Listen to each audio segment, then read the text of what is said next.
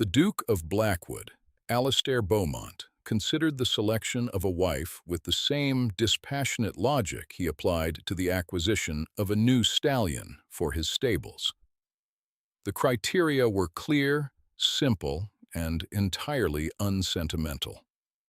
She must possess a lineage of unimpeachable quality, a constitution robust enough for childbearing, and a temperament sufficiently placid to ensure she would not disrupt the meticulously ordered gears of his life. Love was a currency for poets and paupers. He dealt in land, duty, and continuation. His solicitor, Mr. Croft, a man whose face seemed permanently etched with the anxieties of other people's finances, shifted in his seat. The leather groaned in protest. "Your Grace, the Vances are of good stock, certainly, but their circumstances, they are significantly reduced." "Poverty is a correctable condition, Croft.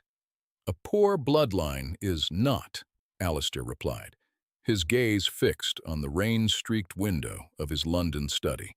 He did not look at the solicitor. He did not need to. The man's thoughts were as predictable as the tide. "The girl, Eleanor, she is the eldest?" "She is, Your Grace, 24 years of age. By all accounts, she is quiet." Mr. Croft offered the word as if it were a delicate, possibly flawed, piece of porcelain. Alistair almost smiled. The expression was a rare and fleeting thing, a slight tightening at the corners of his mouth that few would recognize as humor. "Quiet is the most desirable of all wifely virtues. It is the bedrock upon which a peaceful home is built. Is she educated?" "A governess, of course. She plays the pianoforte, I am told. Reads, manages her father's chaotic household accounts, for all the good it does them." This gave Alistair a moment's pause. The detail was extraneous, almost messy. He preferred his facts clean and unadorned. The management of accounts suggested a competence that might border on opinion, and he had no desire for a duchess with opinions on estate management. His estate was a machine of his own design, flawless and efficient. It required an operator, not a co-designer. He dismissed the thought. A woman managing a failing country squire's budget was hardly a threat to the vast and complex organism of the Blackwood Duchy. It was like comparing a child's toy boat to a ship of the line. "She will do," Alistair said, the finality in his tone closing the subject. He moved to his desk, the polished mahogany gleaming under the weak afternoon light. He dipped his pen in the inkwell, the scratch of the nib the only sound in the room for a long moment. He was drafting a letter to his man of business, the one who would finalize the arrangements. "I will, of course, be generous with the settlement," he murmured as he wrote, more to himself than to the solicitor. "Her family will be relieved of their debts. She will want for nothing." He paused, considering the practicalities of her installation at Blackwood Manor. "She is of good family and quiet disposition. She cannot run this house, of course, but Mrs. Gable will see to the essentials. She will serve her purpose." He signed the letter with a flourish, sanded it, and handed it to the waiting solicitor. The words, committed to paper, felt solid, true. They were a statement of fact, an assessment of a tool he was about to acquire. Miss Eleanor Vance was a solution to a problem, nothing more. Mr. Croft took the letter, his expression one of professional neutrality that did not quite conceal a flicker of human pity. Pity for the quiet girl who was about to be absorbed into the cold, grand machinery of the Duke of Blackwood's life. Eleanor Vance accepted the Duke of Blackwood's proposal for precisely the same reasons he had made it. It was a transaction. He was offering her family salvation from the rising waters of debt and social oblivion. In return, she would provide him with an heir and the quiet, decorative presence his station required. She understood the terms perfectly. Her heart, a small, well-guarded territory, was not part of the negotiation. Her father had wept with relief. Her mother had fluttered with visions of court presentations and carriages. Eleanor had simply nodded, her composure a stark island in their sea of emotion. She had been managing their hopes and fears for so long that her own had learned to keep silent. The wedding was a grand, impersonal affair at St. George's, Hanover Square. Alistair stood at the altar, a towering, handsome stranger carved from granite and duty. He spoke his vows in a clear, steady voice. The words promises of protection and provision, not of affection. She responded in kind, her own voice a low, melodic murmur that was nearly lost in the cavernous space. When he placed the cold, heavy ring on her finger, it felt less like a symbol of union and more like the final seal on a contract. Their journey to Blackwood Manor, the ducal seat in the heart of the countryside, was conducted in near silence. He sat opposite her in the perfectly sprung carriage, his gaze directed out the window at the passing landscape, which he seemed to be assessing for productivity. He asked if the journey was comfortable. She said that it was. He commented on the unseasonable rain. She agreed that it was unseasonable. The conversation was a brittle skeleton, devoid of the flesh of genuine inquiry. She did not mind. She used the silence to observe him. He was, she conceded, an impeccably crafted man. His profile was severe, classical. His hands, resting on his knee, were long-fingered and strong. But it was his eyes that held her attention. They were a cool, intelligent gray, and they saw everything and noticed nothing. They registered her presence as an object in his field of vision, a new piece of furniture delivered to its intended room. When the carriage swept through the great stone gates of Blackwood, she felt a tremor of something that was not quite fear, but its close cousin, apprehension. The estate was immense, a kingdom unto itself. The parkland rolled on for miles, dotted with ancient oaks that stood like solemn patriarchs. The house itself appeared on the horizon, a breathtaking edifice of pale stone, its multitude of windows staring out like blank, unblinking eyes. It was not a home. It was a statement of power. The staff was assembled in the cavernous entrance hall, a silent, black-and-white army. At their head stood a formidable woman in gray bombazine, her silver hair pulled into a severe knot. This had to be Mrs. Gable, the housekeeper, the woman who, according to her new husband, would actually be running the house. "Your Grace," Alistair said, his voice echoing in the marble hall. He gestured toward the housekeeper. "This is Mrs. Gable. She will see to your needs. If you require anything, you are to speak with her." He did not introduce Eleanor to Mrs. Gable. He presented Mrs. Gable to Eleanor. It was a subtle but significant distinction. He was delegating his wife's comfort, just as he would a guest's. Eleanor met the housekeeper's gaze. Mrs. Gable's eyes were sharp, discerning, and held a flicker of something. Curiosity, perhaps even sympathy. Eleanor gave a small, polite nod. "Mrs. Gable, I am pleased to make your acquaintance." Her voice, though quiet, carried a clear, unaffected tone that cut through the cavernous space. For a brief second, Alistair's gaze sharpened, as if he had heard an unexpected note in a familiar, simple tune. Then the moment passed. He turned, his duty as escort complete. "Mrs. Gable will show you to your rooms. We dine at 8. And with that, he was gone, striding down a long corridor, his footsteps echoing on the marble until they faded into the vast, imposing silence of her new life. She was the Duchess of Blackwood. She was present, and she was absent. She was there, and she was not there. The first weeks were a study in polite distance. They were two planets held in a fixed orbit by the gravity of their vows, never colliding, never deviating. They met at breakfast, where he hid behind the rustling wall of the Times.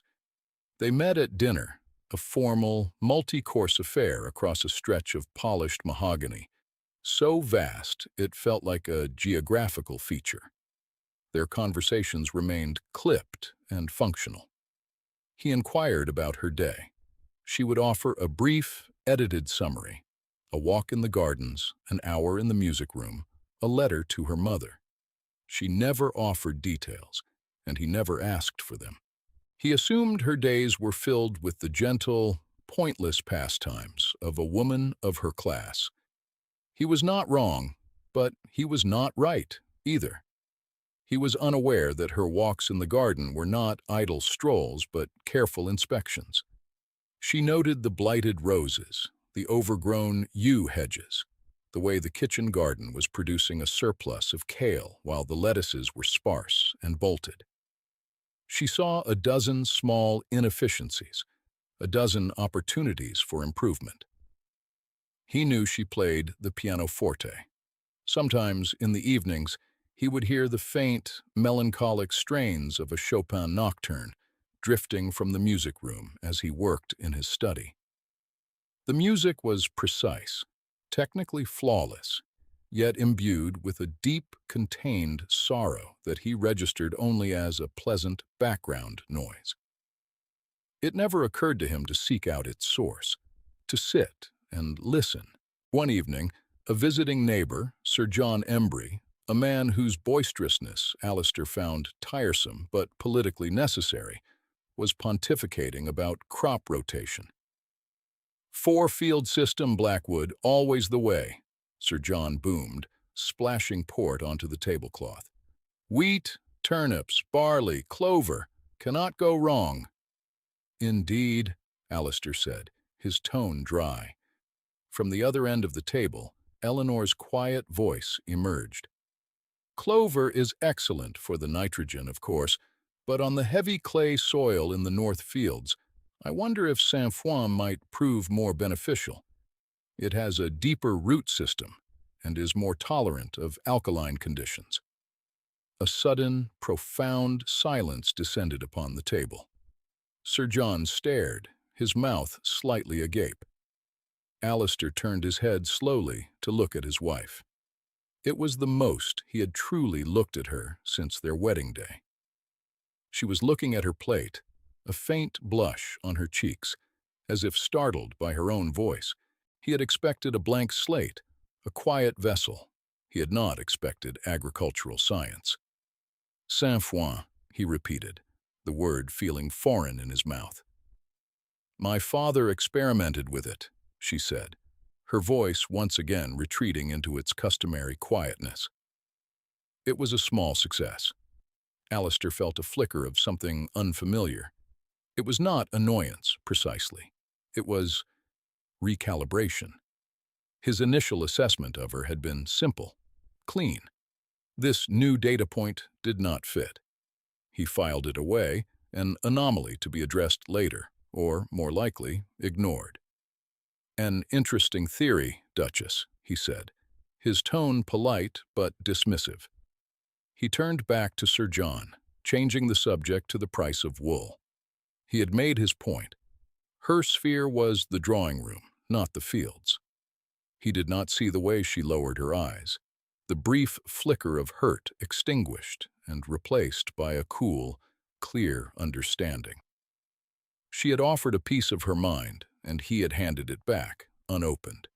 It was a small thing, a passing comment at a dinner table.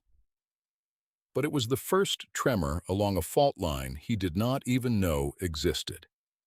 He thought he was establishing the boundaries of their marriage. He did not realize she was simply learning the exact dimensions of her cage. 2 months into the marriage, the Duke traveled to London for a week of sessions in the House of Lords. It was during this absence that Eleanor made her discovery. She had taken to spending her mornings in the vast, neglected library. It was a dusty mausoleum of forgotten thought, the books untouched for a generation. Her husband, a man of action and ledgers, had no time for it. For Eleanor, it was a sanctuary. She had begun a project of her own devising, to catalog the collection. It was a task of immense scale, but she found a deep satisfaction in the quiet, methodical work. Bringing order to the chaos was a balm to her own ordered, chaotic mind. It was while searching for a ledger to record her progress that she opened a drawer in the large desk that had belonged to the previous Duke. It was filled with old estate papers, bundled and tied with faded ribbon. Tucked in the back, however, was a more recent folio, bound in crisp leather. It was labeled simply, Marriage Settlement, 1822. Curiosity, a feeling she rarely indulged, stirred within her. This concerned her. This was, in a sense, her own founding document. She untied the ribbon. Inside were copies of the legal agreements, the transfer of funds to her father, the deeds, and tucked within them, a single folded sheet of paper. It was a copy of a letter, written in her husband's sharp, decisive hand. She recognized the script from the brief, formal notes he sometimes left for her. It was addressed to his solicitor, Mr. Croft. Her eyes scanned the familiar, legalistic phrases until they landed on a paragraph near the end, a paragraph that concerned her. I will, of course, be generous with the settlement. Her family will be relieved of their debts. She will want for nothing. She is of good family and quiet disposition. She cannot run this house, of course, but Mrs. Gable will see to the essentials. She will serve her purpose. Eleanor read the words once. Then she read them again. She cannot run this house. The phrase was not cruel. It was not intended as an insult. It was worse. It was a simple, factual assessment of her capabilities, delivered with the cool, unthinking certainty of a man who had never been wrong. He had weighed her, measured her, and found her wanting in a function he deemed essential. He had purchased a decorative object, assuming it had no other use. The competence he had delegated to a servant was a mountain he did not believe she could even begin to climb. And the final, chilling phrase, she will serve her purpose, the purpose of a broodmare, the purpose of a silent figurehead at his table. A hot, sharp wave of anger surged through her, so potent it made her feel dizzy. It was followed by an equally powerful wave of something colder and more painful, humiliation. He had not even granted her the possibility of competence. Her mind, her quiet efforts to manage her father's crumbling estate, the knowledge she had gathered, all of it was nothing. It did not exist in his world. She stood there for a long time, the letter in her hand, the dust motes dancing in the single shaft of sunlight from the high window. The anger receded, burned away by a sudden, icy clarity. He had drawn the lines of their world. He had defined her. Very carefully, she folded the letter along its original creases. She placed it back inside the folio, retied the ribbon, and slid the drawer shut. The sound was a soft, definitive click in the silent room. It was the sound of a door closing. She did not weep. She did not rage. Her reaction was as quiet and methodical as the cataloging she had been doing. She went back to the shelves, took down a heavy volume of Seneca, and sat in the worn leather chair. But she was not reading. She was thinking. He believed she could not run this house. A slow, dangerous smile touched her lips, a smile he had never seen and would not have recognized. It was not a smile of mirth. It was a smile of intent. Very well, she thought. Let us see. When Alistair returned from London, he noticed nothing at first. The house was as it should be, quiet, orderly, and subservient to his needs. His valet was waiting, his bath was drawn, and his dinner was served at precisely 8 o'clock. His wife was seated opposite him, as always. She was dressed in a simple gown of deep blue, her hair coiled neatly at her nape. She looked serene. She looked exactly the same. He recounted a few tedious details from the parliamentary debates. She listened with an air of polite attention, her hands resting calmly in her lap. But after a few days, a subtle change began to impinge upon his consciousness. It was not one thing, but 100 small, almost imperceptible things. The house had always been well run, a testament to Mrs. Gable's long and faithful service. Now it ran with a new level of perfection that was almost unnerving. It was as if the very soul of the building had been fine-tuned. The first thing he noticed consciously was the food. The ducal chef was a temperamental Frenchman of considerable skill, but the menus had been locked in a predictable rotation for years. Suddenly, new dishes began to appear. A lighter consommé, a perfectly roasted bird with herbs he could not place, a delicate lemon tart that was a masterpiece of flavor and texture. He commented on it one evening. "The food has been exceptional of late, Eleanor. Has Chef Renaud had a sudden burst of inspiration?" "I believe he has been reading some new culinary texts," she replied, her gaze placid.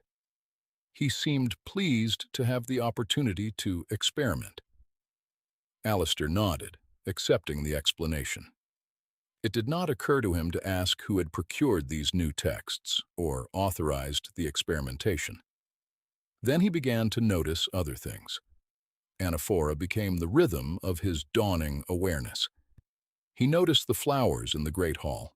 They had always been there, but now they were arranged with an artist's eye, their colors and forms creating a sense of vibrant, living beauty, where before there had been only staid decoration. He noticed the silence.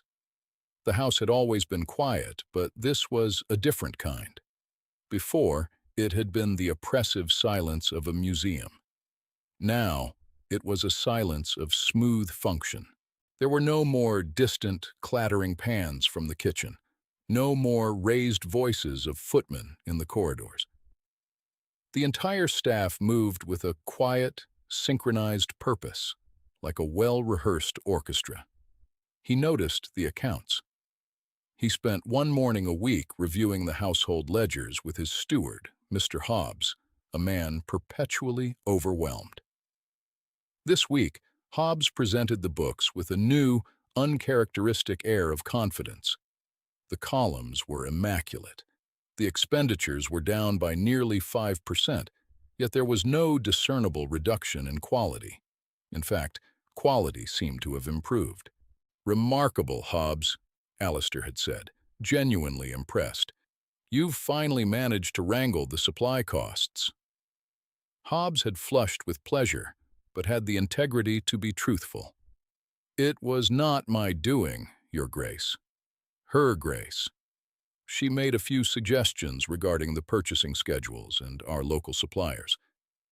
It seems she has a remarkable head for figures." Alistair stared at the ledger. Her Grace. He remembered her comment about Saint-Foin. He remembered the solicitor's mention of her managing her father's accounts. He had dismissed it all as the dabbling of an amateur. Clearly, her dabbling was more effective than Hobbs's professional career. He felt a prickle of something he refused to name as irritation. But the most profound change, the one that began to truly disturb the ordered peace of his mind, was his wife herself. She was a ghost in her own home. She was physically present, a perfect duchess at his dinner table, a serene hostess when they had guests. But she was not there. Her eyes, when they met his, were polite and distant, like a stranger's in a receiving line. The small, tentative sparks of conversation she had once offered had ceased entirely. She answered his questions, but she never initiated. She never offered an opinion, never shared an observation. And the music had stopped. He realized it one evening as he sat in his study, the silence pressing in on him. The pianoforte in the music room was quiet. It had been quiet for weeks. The sad, beautiful melodies that had once been the backdrop to his evenings were gone. The absence of the music was a physical presence, a void that echoed through the long corridors of the house. He began to watch her. He catalogued her movements, her habits, with the same analytical precision he applied to his ledgers. He saw her speaking with the head gardener, pointing at the overgrown rose beds. Weeks later, the roses were pruned, mulched, and beginning to show new, healthy growth. He saw her in the library, surrounded by books, a smudge of dust on her cheek. The library, once a place of decay, was slowly coming to life, the scent of lemon oil and old paper replacing the smell of damp and neglect. She was a phantom, moving through the house and transforming it with a touch he never saw, a word he never heard. She was running his house. She was running it with a brilliance and subtlety that astounded him, and she was doing it without him. She had built a wall of perfect competence between them, a wall he could not see but could feel with every breath he took in his own. Suddenly alien, home. She was not the quiet, biddable creature he had married. She was a force, contained and formidable, and she had withdrawn from him completely. The unease coalesced into a sharp, undeniable anxiety. He felt like a king ruling over a perfect, silent kingdom whose loyalty was not to him, but to its invisible queen. The turning point came on a Tuesday. He was in his study, frustrated by a minor but persistent draft that seemed to originate from the main fireplace. He rang for a footman to fetch a mason, an order he had given twice before to no effect. A few minutes later, Mrs. Gable appeared at the door. "Your Grace," she said, her hands clasped before her. "You rang?" "The draft from this chimney, Mrs. Gable. I want it seen to immediately." The housekeeper's expression was one of serene composure. "It has been, Your Grace. The mason repointed the flue yesterday morning. The draft is gone. Perhaps you are feeling a chill from the window?" Alistair stood up and walked to the fireplace. He held his hand up. There was no draft. The fire burned cleanly, drawing perfectly. He had been so accustomed to the draft, so certain of its presence, that he had continued to feel it even after it was gone. He turned and looked at Mrs. Gable. He was the Duke. He was the master of this house, and he knew nothing about its workings. "The house," he said slowly, the words an admission of his own profound ignorance. "It has never run like this before. The efficiency, it's flawless." Mrs. Gable allowed a small, knowing smile to touch her lips. It was the first time he had ever seen her look anything other than professionally severe. "Her Grace is a remarkable woman, Your Grace," she said, her voice soft but firm. "She sees things, small things that others overlook. She does not command. She suggests. And people find themselves wanting to do their best work for her. She cannot run this house." The words from his own letter echoed in his mind, mockingly loud. He felt a sudden, sickening lurch in his gut, the physical sensation of a profound and terrible realization. He had been a fool, a blind, arrogant fool. Her silence was not placidity. It was judgment. Her competence was not a hobby. It was a rebuke. Every perfectly arranged flower, every balanced ledger, Every note of music that was no longer played. It was all part of a quiet, devastating argument against him. She was not just running the house, she was showing him, in the most complete and irrefutable way possible, how wrong he had been. He dismissed Mrs. Gable with a wave of his hand and walked to the desk that had belonged to his father, the one now kept in the small, secondary study. His hands trembled slightly as he opened the drawer. The folio was there, just as Eleanor must have found it. He untied the ribbon. The letter was inside. He did not need to read it. The words were burned into his memory, but he unfolded it anyway. He saw the faint, almost invisible crease where it had been refolded, a line not of his own making. He imagined her standing in this very spot, reading his cold, clinical assessment of her worth. He imagined the door closing quietly in her heart. He thought about the lonely Chopin nocturnes. He thought about her intelligent comment on Saint-Foin and his swift public dismissal of it. He thought about her quiet presence at the dinner table, an abyss of polite distance separating them. He had acquired a wife, but he had lost a woman. He had looked at a masterpiece of intellect and spirit and seen only a decorative frame. The weight of his error was immense, a physical pressure in his chest. It was not just that he had been wrong. It was that he had been so profoundly, so casually, so cruelly blind. He had denied her very essence, and she had responded not with tears or anger, but by quietly, brilliantly, proving him a fool. And in doing so, she had retreated to a place where he could not reach her. He sank into the chair, the letter clutched in his hand, the flawless, suffocating silence of his perfectly run house pressing in on him. He had to find her. The thought was not a plan, but an imperative, a primal need to bridge the chasm that had opened between them. He left the study, his footsteps unnaturally loud in the silent corridors. He did not know where she would be. She had her own routines, her own secret geography within the house that he had never bothered to learn. He checked the morning room first. It was empty, a bowl of perfect, dew-kissed roses on the central table, a silent testament to her influence. He went to the music room.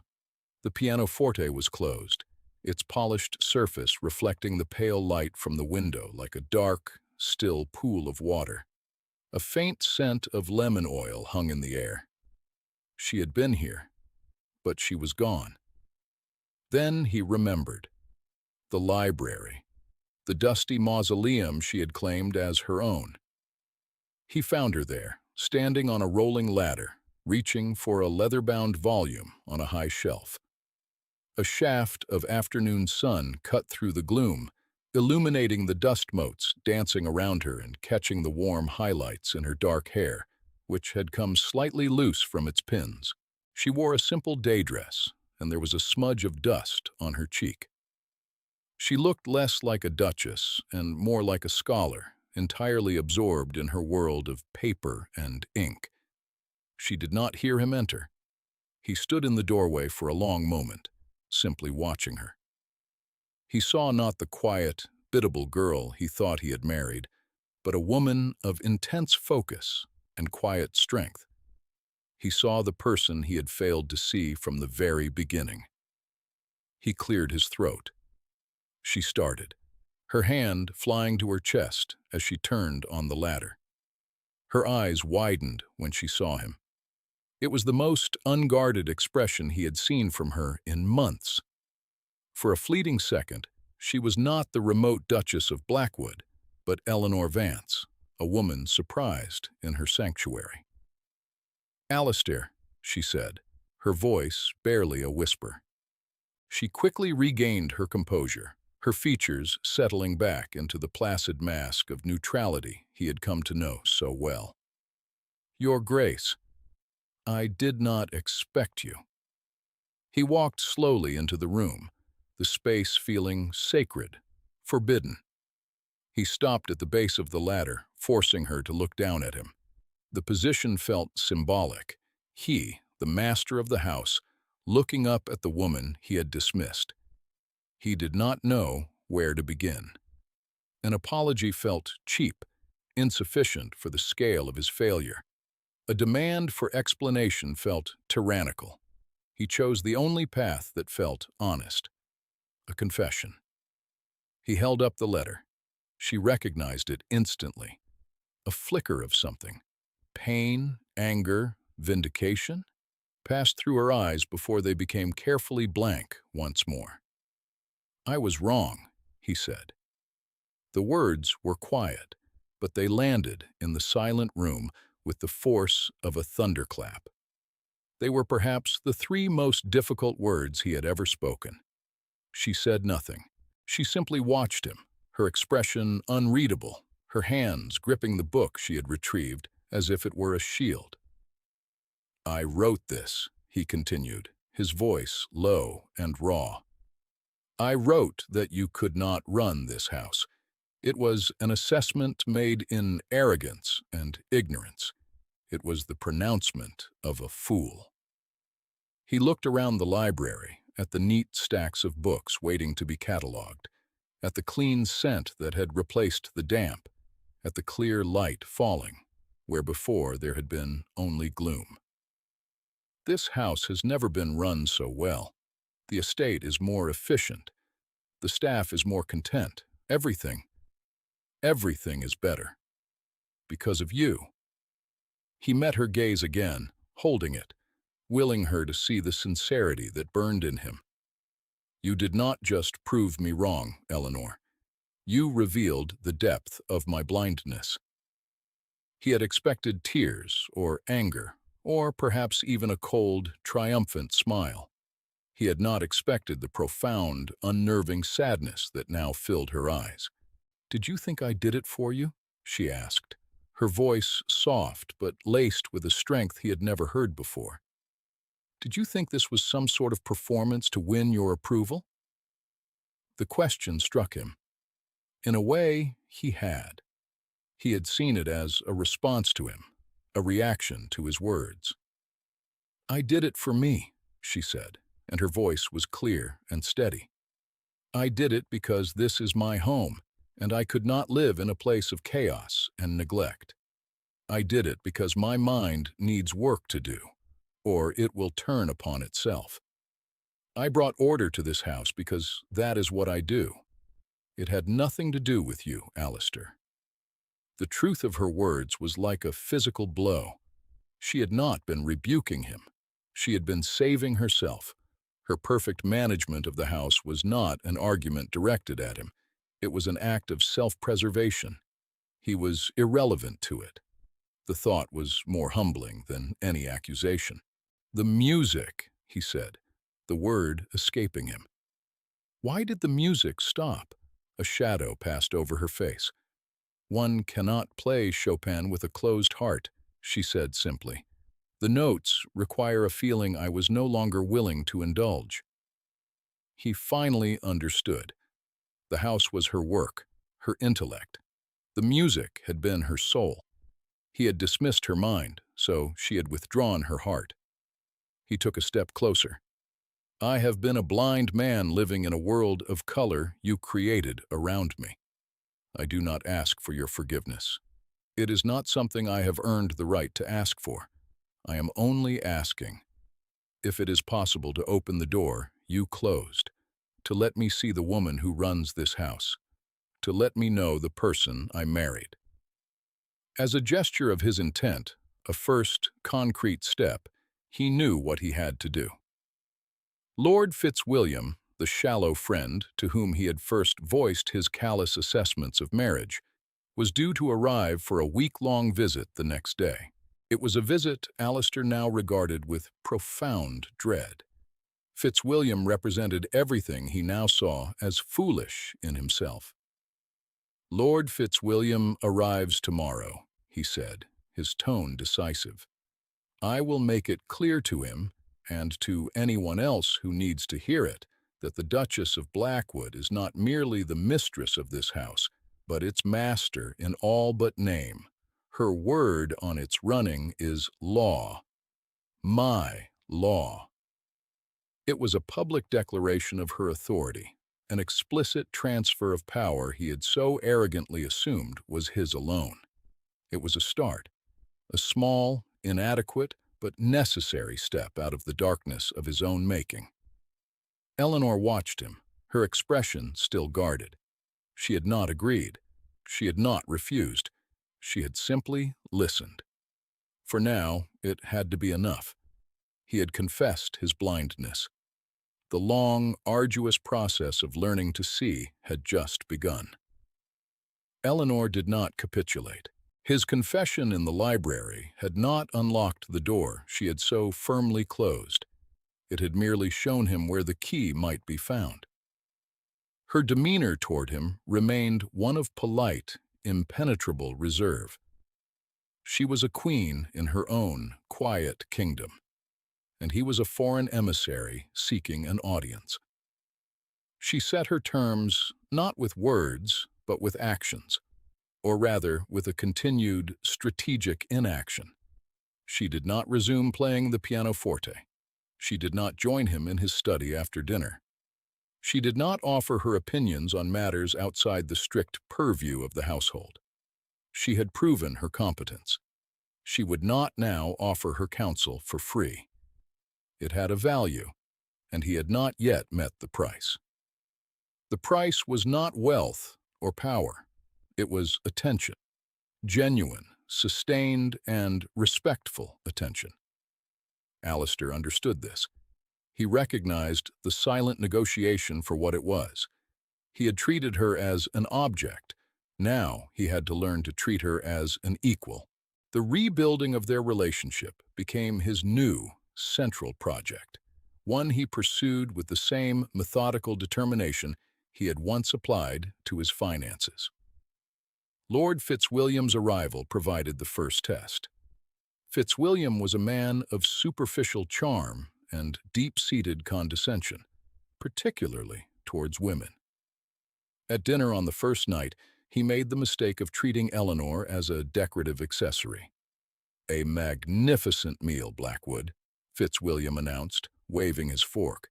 "Your chef is a marvel, and your little Duchess presides over it all like a perfect porcelain doll." He winked at Eleanor. "Don't you worry your pretty head about a thing, eh? That's what we have husbands for." The Alistair of a few months ago would have ignored the comment, or perhaps offered a thin, concurring smile. The new Alistair set down his wineglass with a deliberate click that drew the attention of the entire table. "You misunderstand the situation entirely, Fitzwilliam," he said, his voice quiet but carrying a steel edge. "The excellence of this meal, and indeed of every aspect of this house's management, is the direct result of the Duchess's intelligence and effort. She does not simply preside, she governs. I am merely the fortunate beneficiary of her talent." Fitzwilliam's jaw went slack. He stared at Alistair, then at Eleanor, as if trying to comprehend a sudden shift in the laws of physics. Eleanor's expression did not change, but Alistair saw a flicker of surprise in her eyes before she lowered them to her plate. He had defended her. He had publicly declared her worth. The rest of Fitzwilliam's visit was strained. Alistair found himself siding with his wife on every subtle point, soliciting her opinion on topics from politics to literature, and listening, truly listening, to her thoughtful, well-reasoned replies. He began to discover the mind he had so carelessly dismissed. He learned that her quietness was not emptiness, but a careful economy of expression. When she spoke, her words were precise, insightful, and often possessed a dry, understated wit that caught him off guard and made him want to smile. After Fitzwilliam's departure, a new phase began. Alistair started seeking her out. He did not make demands on her time. He made requests. "Eleanor," he said one morning, finding her in the gardens where she was discussing trellises with the head gardener. "The tenants of the North Farms have petitioned for rent relief after the summer floods. The steward has his recommendation, but I should like to hear your thoughts." She looked at him, her gaze analytical. She was testing his sincerity. He met her look without flinching. He genuinely wanted to know what she thought. He remembered her comment about sang-froid and clay soil. She understood the land in a way he, with his maps and ledgers, did not. She gave a small nod. "I will review the reports this afternoon." That evening, she met him in the study. She did not bring a simple opinion. She brought a plan. It involved not just temporary relief, but a proposal for improving the drainage on the low-lying fields and investing in a hardier strain of barley for the next planting. It was practical, far-sighted, and compassionate. It was brilliant. They discussed it for over 2 hours. It was the first real conversation they had ever had. He found himself captivated by the clarity of her mind, the way she could hold a dozen complex details and weave them into a coherent, elegant solution. For the first time, he saw her not as his wife, but as a partner. He began to create reasons to be with her. He asked for her help in the library, using the cataloging project as a pretense to spend hours in her quiet company. He learned about her love for the Roman Stoics, her appreciation for modern poetry. He learned the landscape of her mind. He would bring her a cup of tea as she worked. He would light the fire in the library when the evening grew cold. They were small acts of care, of noticing. He was trying to show her that he saw her, the real her, not the projection of his own needs. One evening, as they sat in companionable silence in the library, each reading a book, he looked up and simply watched her. The firelight softened the severe lines of her face, revealing a vulnerability he had never seen before. He was overwhelmed by a wave of feeling so intense it almost took his breath away. It was a complex cocktail of regret, admiration, and a deep, aching tenderness. It was love. Not the abstract concept he had dismissed, but a real, specific, and powerful emotion directed entirely at the woman before him. He had not earned the right to say it. Not yet. But he knew, with absolute certainty, that he would spend the rest of his life trying to become the man who could. The house continued to run perfectly, but now Alistair understood its rhythms were the rhythms of his wife's mind, its beauty a reflection of her spirit. He no longer felt like a guest. He was beginning to feel like he was home. A year passed. It was a year of quiet transformation, of seasons turning both in the fields of Blackwood and in the climate of the marriage. The truce brokered in the library had slowly, cautiously, blossomed into a partnership. Alistair's atonement was not a single act, but a sustained campaign of attention. He made Eleanor's world his own. He learned the names of the gardeners, the concerns of the tenants, the intricate challenges of running a great estate that he had once overseen with detached arrogance. He did not do it to usurp her authority, but to understand it, to share in it. Their evenings were no longer spent in separate rooms. They fell into a habit of retiring to the library after dinner, a fire crackling in the hearth that Alistair now insisted on lighting himself. Sometimes they would read in companionable silence. More often, they would talk. He discovered the vast, unmapped territories of her past, her thoughts, her quiet ambitions. He learned that her skill with numbers came from years of desperately trying to make her father's meager income stretch, and her knowledge of horticulture from a deep and abiding love for the natural world that had been her only solace in a difficult youth. He was discovering the woman he had married, a year after the fact. Each revelation was a small, painful reminder of his initial blindness, but also a gift, a new layer to the person he was falling more deeply in love with each day. One evening in late spring, he entered the library to find it empty. He felt a familiar pang of anxiety, the fear that she had withdrawn again. Then he heard it, faintly, from down the hall. Music. He followed the sound to the music room. The doors were slightly ajar. He looked inside. Eleanor was at the pianoforte, her back to him. She was playing a Chopin prelude, one he had heard her play often in those first lonely weeks. But the music was different now. The technical precision was still there, but the contained sorrow had been replaced by something else, something more complex. There was still a thread of melancholy, but it was woven through with a sense of peace, even of hope. He did not interrupt. He simply stood in the doorway and listened, his heart aching with a profound, grateful love.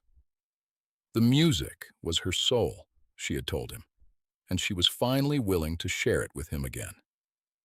When the last note faded into silence, he spoke her name, his voice soft. Eleanor. She turned, her hands still resting on the keys. There were no tears in her eyes, only a deep, serene calm. She gave him a small, genuine smile. It was a smile that reached her eyes, and it transformed her face. "Alistair," she said, "I was hoping you would hear." It was an invitation. The final turning of the key. He walked to her, knelt beside the piano bench, and took her hand. It was warm, alive.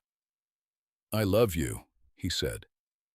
The words were not a confession of failure this time, but a declaration of his truth.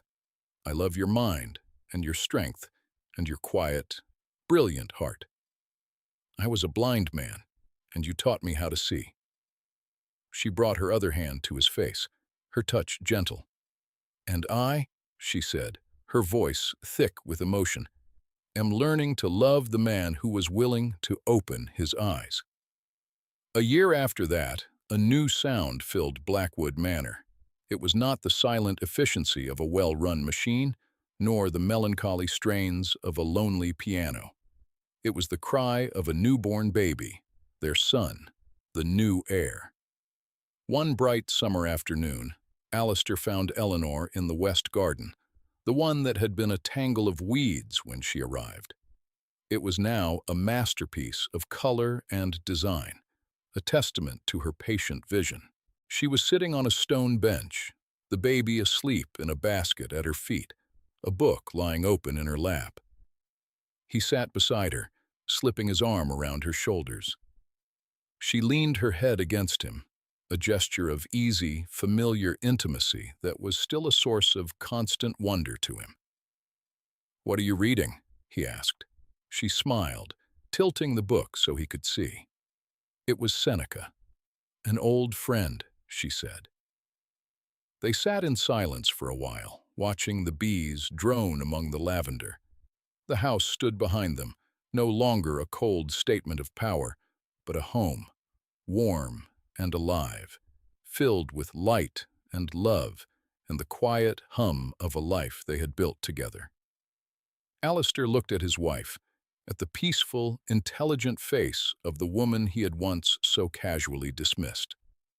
He thought of the man he had been, so confident in his judgments, so certain of the world and his place in it. He had wanted a biddable duchess who would serve her purpose. Instead, he had found a partner, a counselor, a lover. He had found the architect of his own happiness. "I was thinking about our first dinner here," he said quietly. "I was a fool." She turned to him, her eyes soft and full of a love that mirrored his own. "You were," she agreed, a hint of her old, dry wit returning. "But you are a fool who learns. and that has made all the difference. He bent and kissed her, a kiss of profound gratitude, a seal on a contract that had been renegotiated from one of duty and convenience to one of absolute, unconditional love. The house had never run like this before, because it was no longer just a house. It was theirs. If you made it to the end, thank you for listening. The Duke made a terrible first impression, and Eleanor's response was a masterclass in quiet rebellion. Tell me in the comments, if you were Eleanor, what one condition would you have added for his forgiveness? Please consider liking this video and subscribing for more stories of love, loss, and the quiet revolutions of the heart. Our next story is a tantalizing one. A governess with a secret past, a widowed earl consumed by grief, and a locked nursery that holds the key to unlocking both their hearts. They arrive here, in this small corner of the world, whenever they are ready.